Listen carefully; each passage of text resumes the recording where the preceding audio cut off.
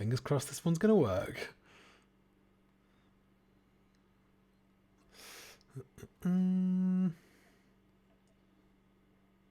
All right. Thanks so much for sticking around, guys, or coming back. I don't know why it's just got to be so stressful doing technical stuff like this. When it's live, you just think maybe it will just work, but so rarely just seems to do exactly what you want. Bloody technology. Okay. Is that all working for everybody? It's saying excellent connection. It's looking excellent. We're going to get into it. We're going to get into the track. Nice 1L. Looks good. I'm almost afraid to start playing the music, but let's give it a little go and see what happens. I've just been testing it for like 10 minutes. Well, no, it's been streaming actually in the background for about 20 minutes and it's been fine. So hopefully we're just going to get it rolling. It's going to be totally cool. It's going to be no more problems. Yeah, we're going to cruise on through. So let's go back to the breakdown one more time and have a little listen.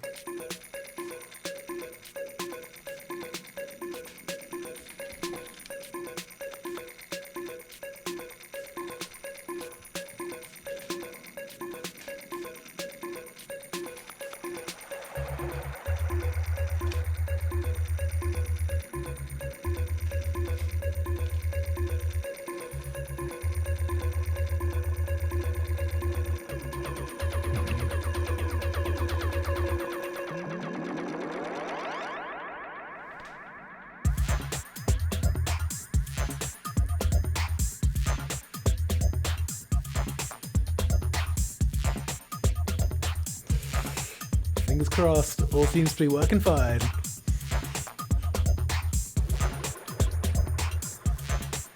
Thank Christ.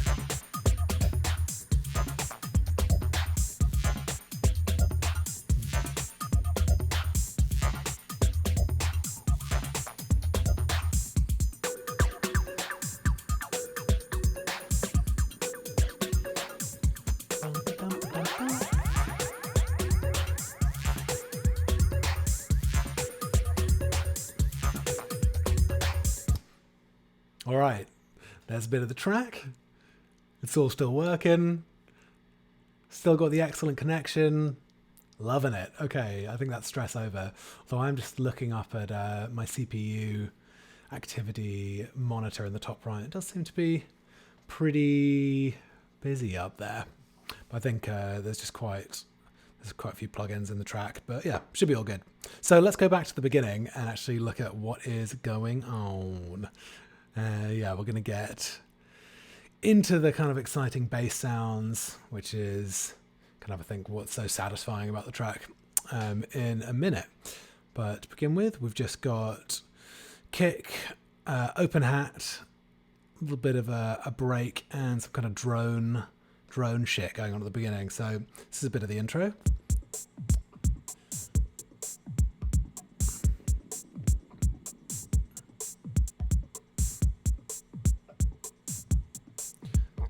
Open 808 hat.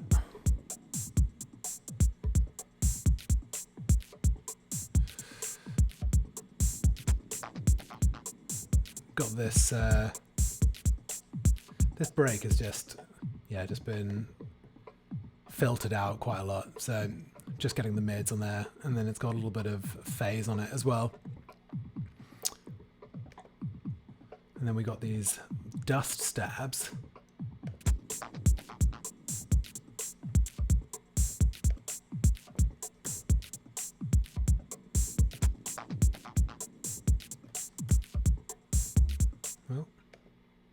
Not going to loop for me. Not looping. Very weird. Don't know why it's not working, but... So yeah, these dust stabs here, which are kind of strewn throughout the track, they're just... I just basically have some noise, and if we take everything off, you can kind of see what they sound like by themselves. almost total silence and a bit of compression on it. This is the Wave CLA 76, raising it up, then a bit more distortion. This is the Kramer tape plugin, also from Waves. Then we got the old Aphex vintage exciter to bring up the tops.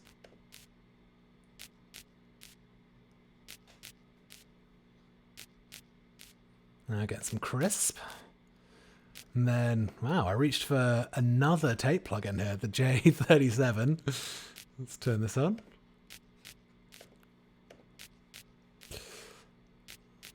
And then some phaser.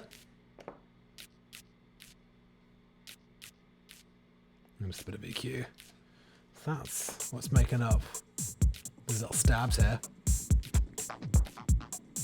Then we got this little vocal burst thing at the beginning. So this would have been something I would have kind of put a bunch of effects on and then frozen and bounced into audio. But it's just got some like auto filters on it and just kind of, yeah, sounds like some panning. And then a bit of this old drone over here.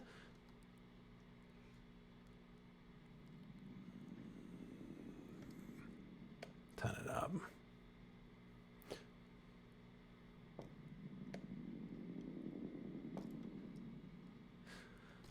I reckon that drone is almost certainly from video game soundtrack. Something like Half-Life, I reckon, that I got all the sounds from. That would have been kind of background noise from a level in Half-Life. It's definitely a good place to actually look for sound effects is video games. You can get normally when you look at like the back of levels and just kind of general background noise, there's tons of good stuff to put in the background here. So yeah, kind of moving swiftly on, got a bit of bass coming in here. This is just an 808 with a bit of tape on it. This is without, and then with. Giving it some character. And we got the beginning entrance of the snares. This is just, we got a couple of layered snares here. An 808 mixed with something else as well. Oh my god, what? So weird. For some reason my loop shortcut has stopped working. God knows why. Alright, we'll just drag some things around instead. So we've got an 808 and this little wood blocky vibe here for the snare. And then we've also got the crickets come in here too.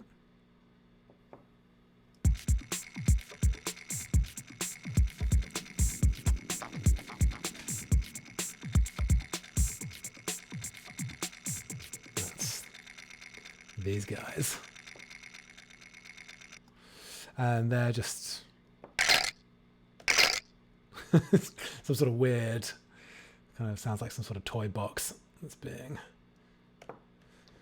tossed around there. And there were some of these lasers that have a big delay on them as well. So if we listen to the lasers without, they're going to this H delay send here. If we take that off, the lasers sound like this.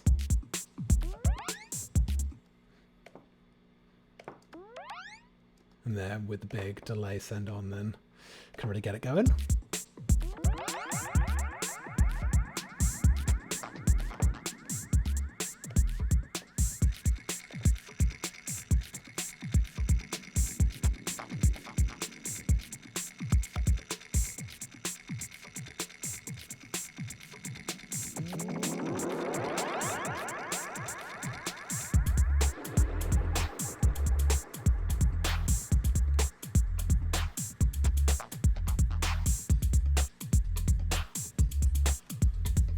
So yeah, got just kind of a big old water sample going down here with a big delay on it.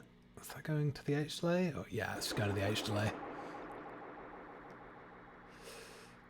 Just giving it some kind of tape echo. Now we're kind of into the beginning of the groove here. Got the bass line, the beginning of the bass line, just very simple, 2 notes going up and down. This is made on the Max for Bass plugin.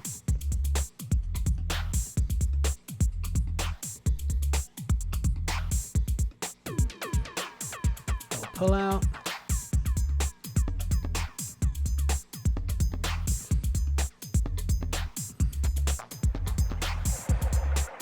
Now here, got a little bell, and in fact we'll take a look at the drums all together in a second.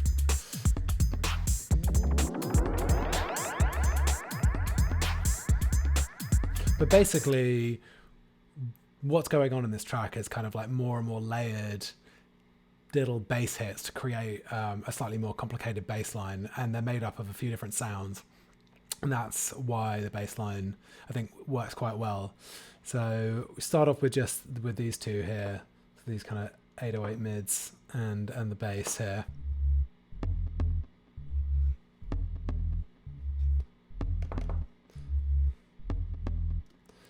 And then you see as we move further onto the track, we kind of add in a couple of those zap laser basses, and they all start playing off each other. But yeah, why don't we let's take a look at the drums, just as one element here.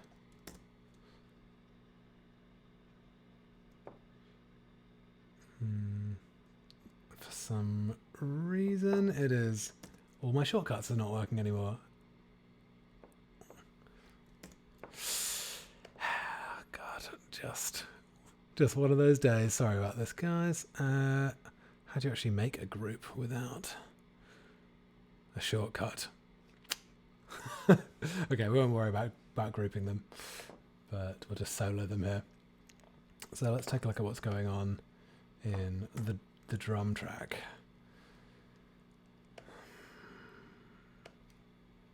If anybody has any idea why my shortcuts aren't working, feel free to pop up in the chat at any point so I can turn them back on. So this is the drum groove.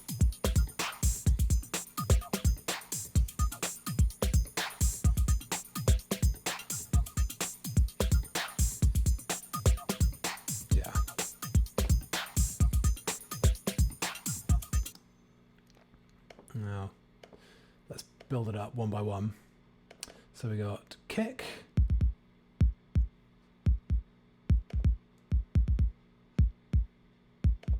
Now open hat.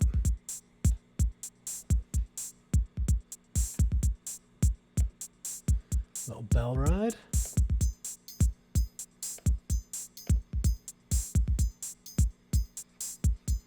Now a shaker.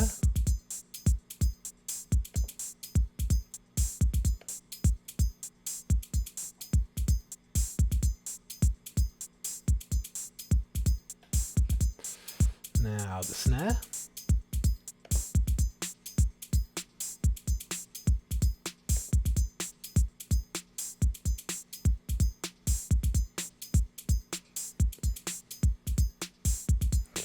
And then we got the clap.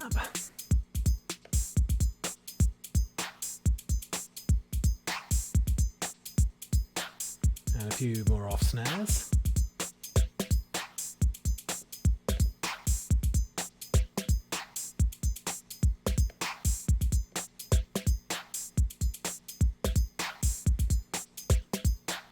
And then a little bit of break.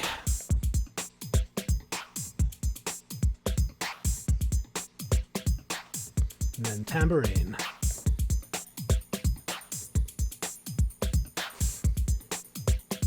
And then lastly, some more bells.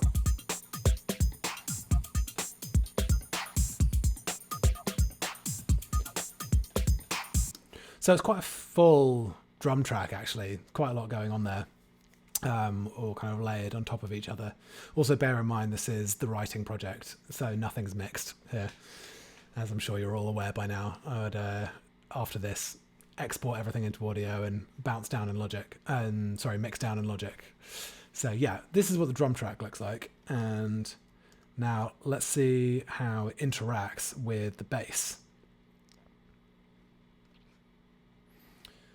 So at this stage, we were kind of building up elements. Got a bit more snare. Yeah, you can see where we are on the whole arrangement now.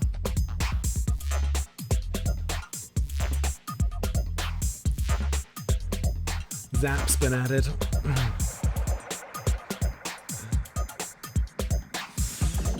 Little pull out.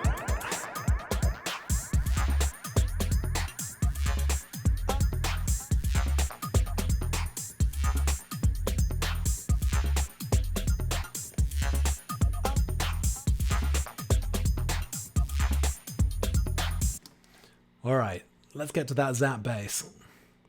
So that is just playing on the first, isn't it? Just.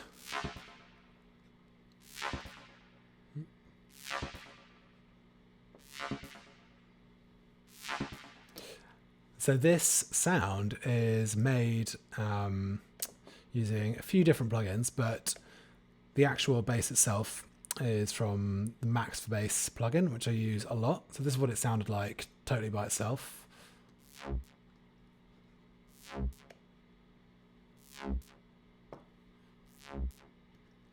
So it's just got a bit of a slow attack, and then it's got a LFO on the filter as well, just giving it that wah, wah, wah.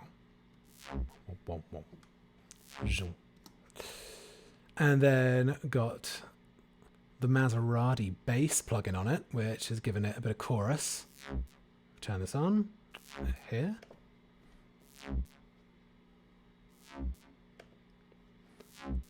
Then the CLA bass plugin, these both on waves.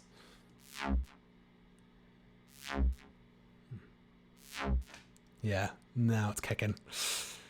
And then finally, oh, not actually finally, but next up we got the Tora reverb, which is great reverb for doing quite effecty reverb things.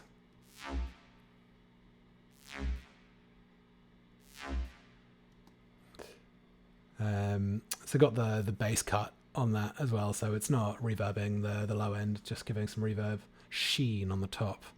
And then lastly got the auto filter in Ableton, doing a little bit of LFO.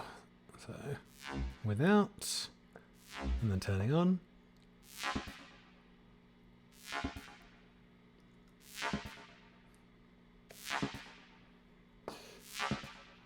So that's that sound, and then I've got some automation on the resonance as well. So that's just kind of playing around as we go throughout here if you listen to it earlier. And we just check out the resonance dropping down there. So that's just kind of keeping it interesting throughout the track. And now let's hear how the bass, all three bits of bass work together. So we've got the Zap.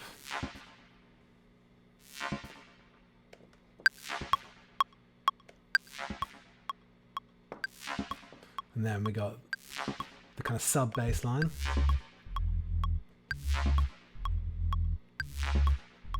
And then we got slightly higher 808.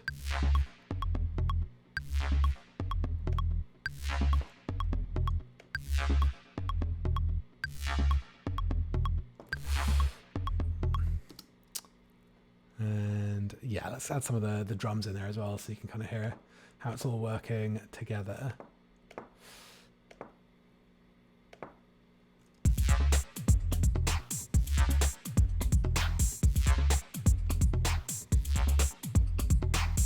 So it's kind of doing this like back and forward thing with the bass. It's like one thing, then another. It's call and response. So you got the Zap, and then you got the 808s.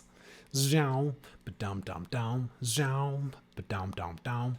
And then that sub underneath just kind of doubling up underneath and just keeping everything plodding along. And so, yeah, it's kind of a bass line which there's like always something happening.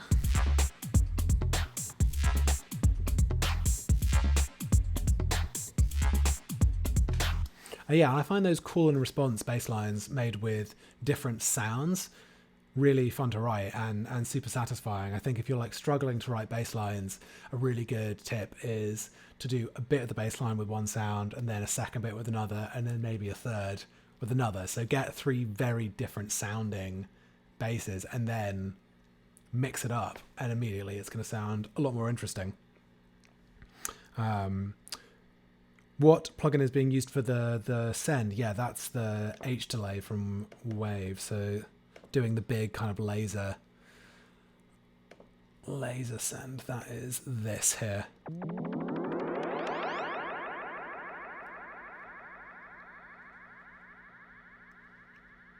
So that you can kind of just keep on going forever if you want with that feedback.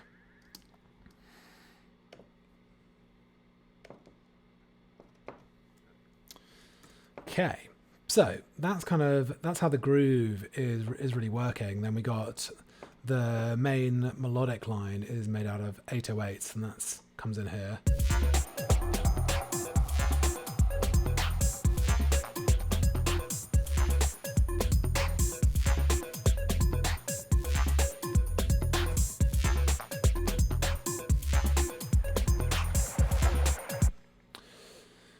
So that's this guy here.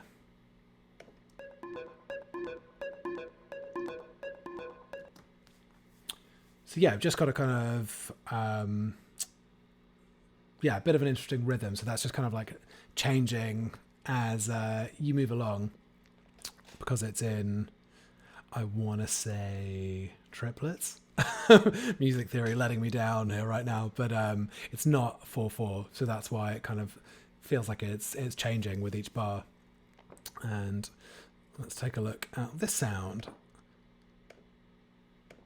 So by itself, it's actually a 606. That's a kick drum just pitched up really, really high.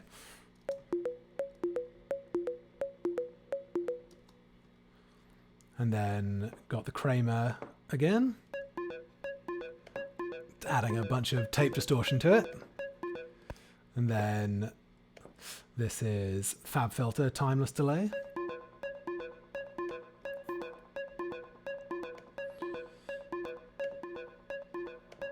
Sidechain to the kick, and then phaser,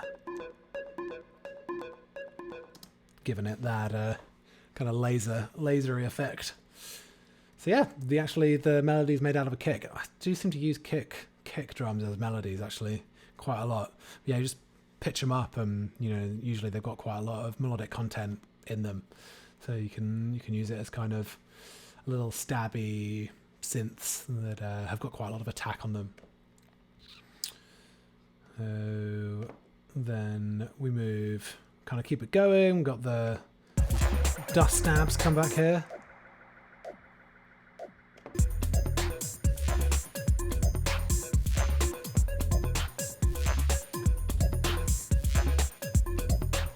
Then the track starts to break down.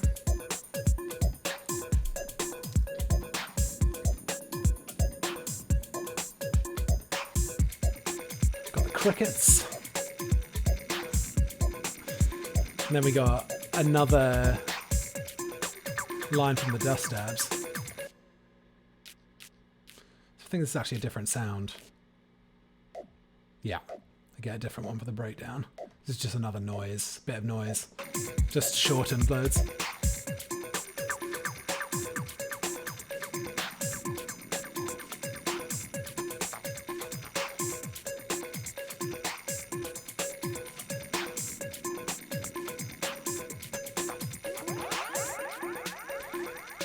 And the thing about that 606 melodic line is that because it's not 4/4, it constantly feels like it's pulling you forward. Like you're just like, it's like dragging you forward, right?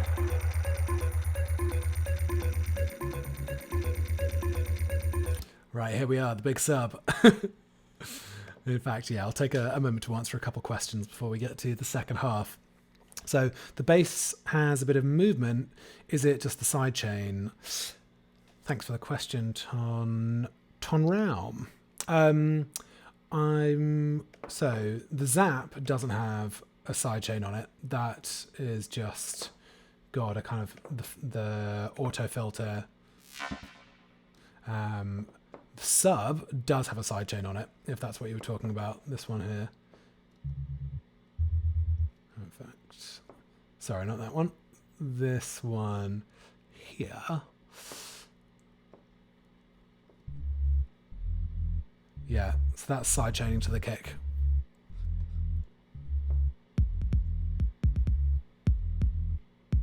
That's where the movement's coming from. And Ruse, is there any filter cutoff work going on in those pitched offbeat claps, or is it just the samples used? Let's take a look at the claps. So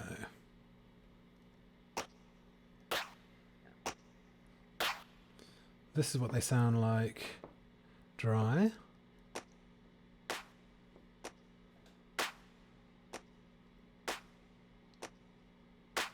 Then a compressor, then the Kramer tape again, and then some phaser.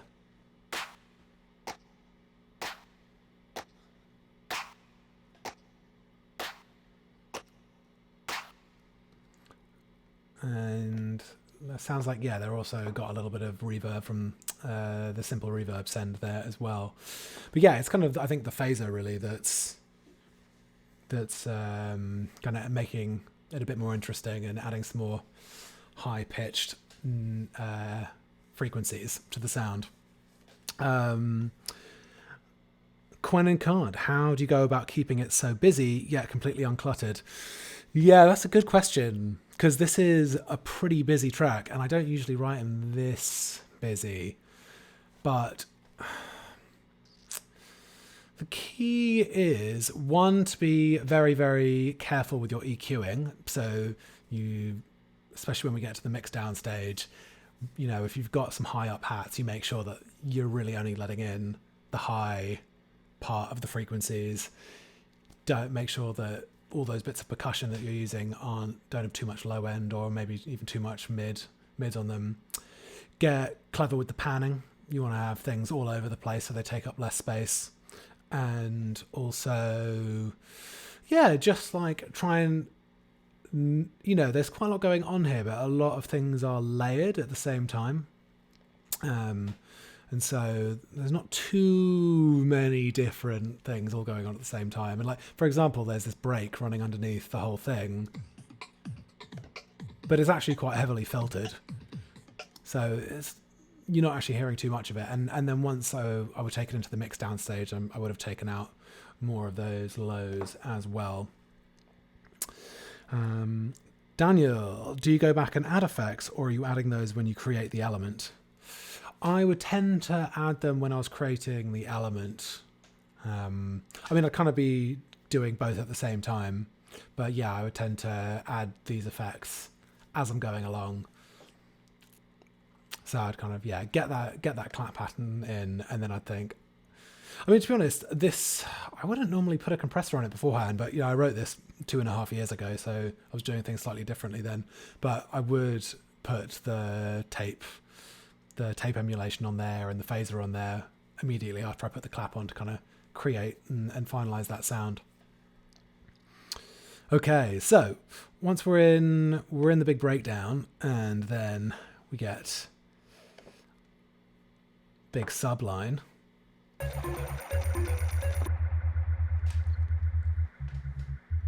So I think that is just a copy of the sub. It's just got a auto filter on it. So let's see what it's doing. Find the loop again. Still no idea why that shortcut's not working. But yeah, here we are. So without this on,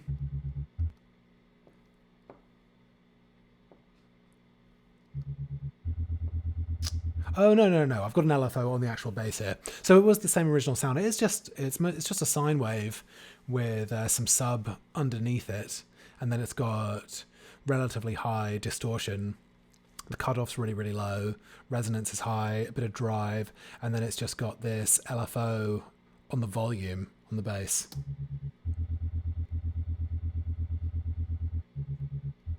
And then we got, the Maserati.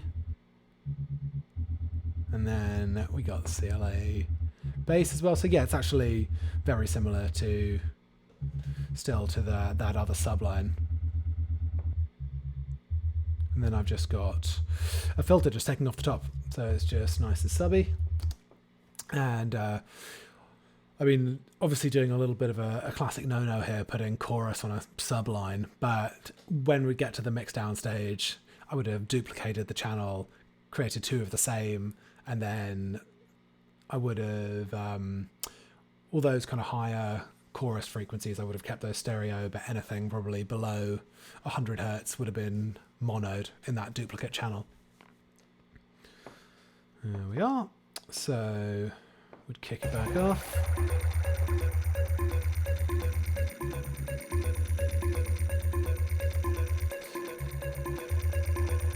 Big dub delays here. That's these guys here.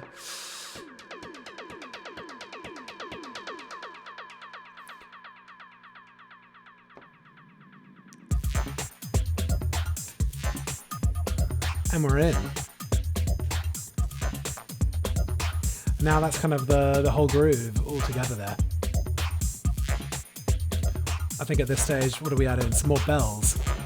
And now the bells are in. Now, yeah, it is a full-on drum track here for sure.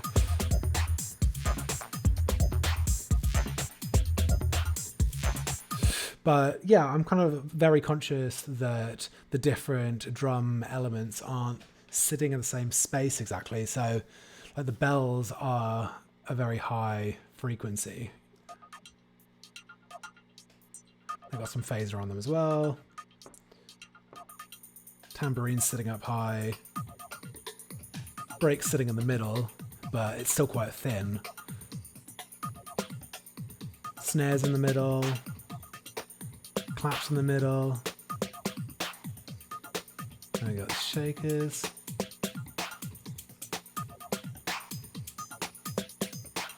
So yeah, quite a lot of elements in the top. There's quite a lot of space for the kick to play out there.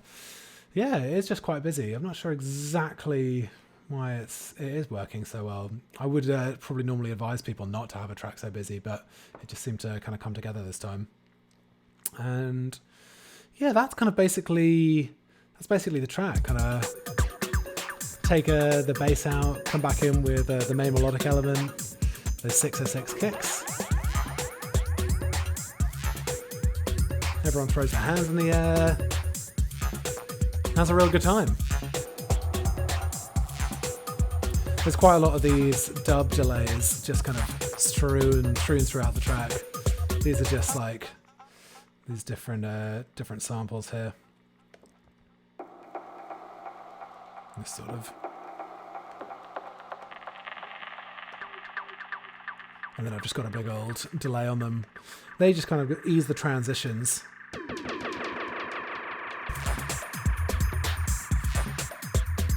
can hear that one again.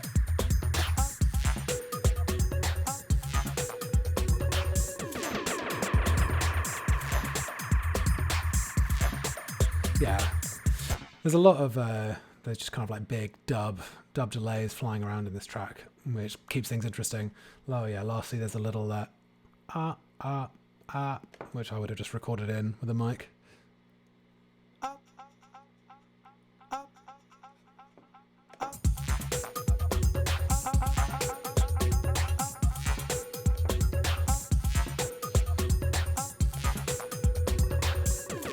So yeah, bit of automation.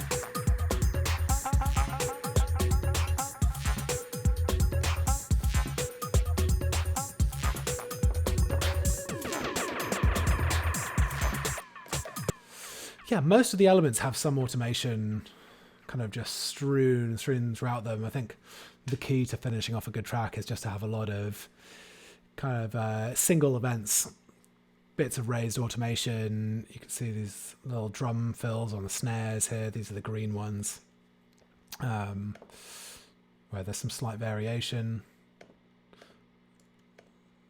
Yeah, we can take a listen to what they're doing.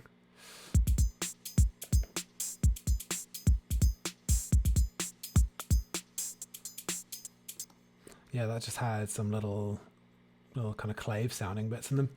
And then lots of little bass dropouts, kick dropouts. And yeah, that's kind of it. I think we get a little bit of a different hat. Doesn't look like it. Don't know why that's a different color. But yeah, that is basically how the track works. I mean, has anybody got any other questions about it that I can go over before we finish? Yeah, it's quite simple, really. Really kind of the way that it works, I think, is just that zap bass is very enjoyable to listen to, and then the way that it interplays with the other two bass lines makes quite satisfying. And then also this just kind of rolling.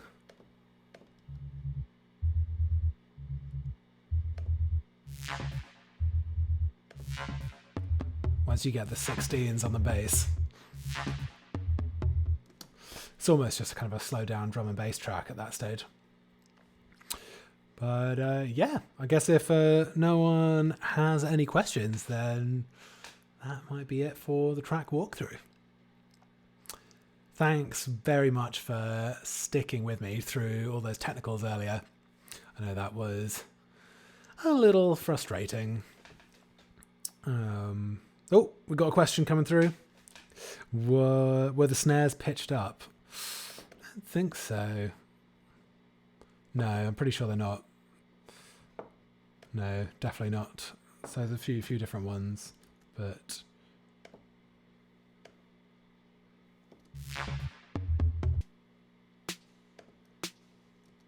no. So let's take a look at that snare. So that is just, nope, it is not pitched up.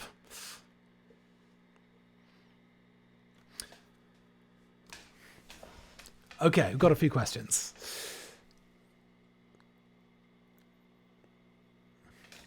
Ruse, so for my drum racks, do you just stick a load of your favorite samples in so they're ready to go? Yes, that is exactly what I do. Yeah, I've got a template made up, already ready to go. So these snares here, if you can see, there's a whole bunch of different snares. And that's just these ones down here, you know, go all the way up here. Millions of different snares in there. And those have all been put into my template that I start every track with. So when I open up my project, it's got one drum rack of kicks, one drum rack of snares, hi-hats. You know, these kicks are from there as well. This is the kick, the kick rack. Then we got the open hats rack.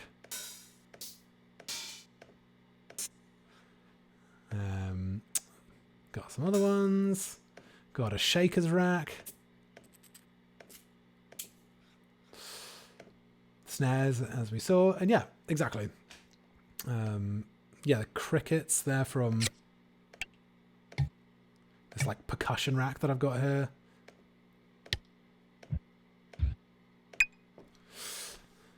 And you just kind of, make your way down. So create a template that way. And then you don't have to spend your flow state ruining it, searching around through your like millions of samples you probably have on your computer, most of which probably don't sound great. So just find the good ones, make a template, and then start every track with that. And yeah, I'll do a specific tutorial on setting up the template on the Patreon. So that'll be a kind of shorter one where I'll actually go through it step by step of how to do that effectively.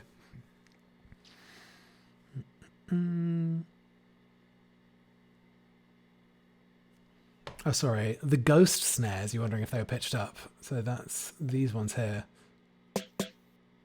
So that's 3 different snares. This one, and that one. But none of them are pitched up. No, they're just 3 different ones layered on top of each other and then got a phaser on it.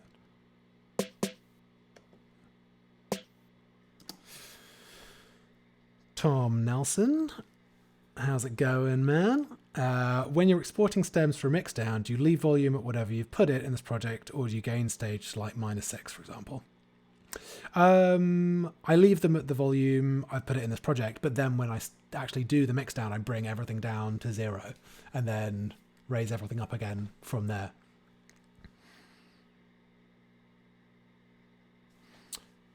Aaron Croft coming in with a good question. Do you always make sure the bass melodic content is in the same scale / key? If so, do you decide that before making the track?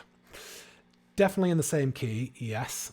I mean, obviously, it's not a steadfast rule that every note should always stay in the same key, and I think you can get some really interesting harmonies and more kind of fascinating interplay when you don't stick entirely to the key, but you definitely want most of the melodic elements to all be in a key. That is rule number 1. But do I choose it before?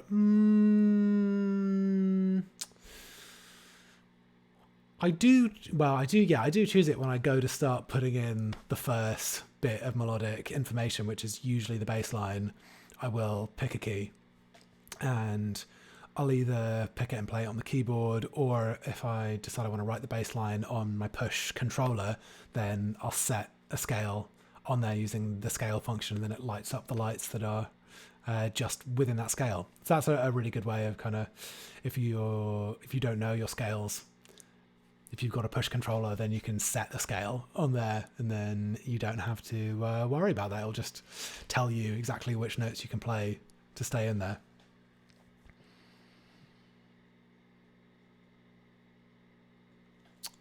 Max asking, do I start the project as a blank canvas? Aside from the drum rack templates, do I bring in any clips or rhythms I've used before, or always write from scratch? I always start from scratch. I mean, I think that is actually a good way of doing it, and I have seen other people do it effectively, which is resampling their old tracks and bringing bits in from stuff they've already finished to start something new. But no, I tend to start every track from scratch, but I've got kind of so many options in the template that it doesn't seem to be too much of an issue. Just kind of get it going quite quickly. Jerome asking, how do I limit the amount of effects I use in the production stage, knowing that many of the same effects will also be used in the mixdown stage? Well, I actually don't tend to use any of the kind of big effects that you'd hear in this writing stage. I wouldn't tend to use them in the mixdown stage. Generally, the mixing I'm doing, or the effects I'm using in the mixdown stage, are just EQ, compression, distortion, maybe a little bit of chorus, but delays and kind of these phases and things like that, I tend to do that in the writing stage.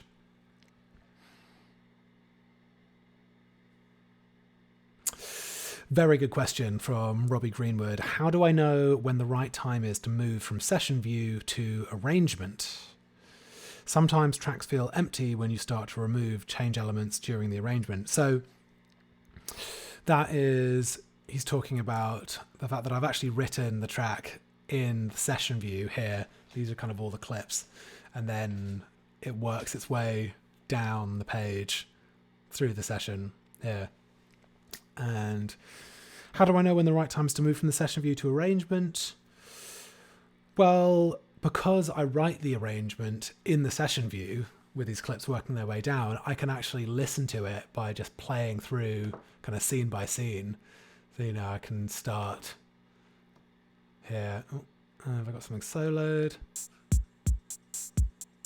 And then the next section. And I can hear actually how the track's going to work.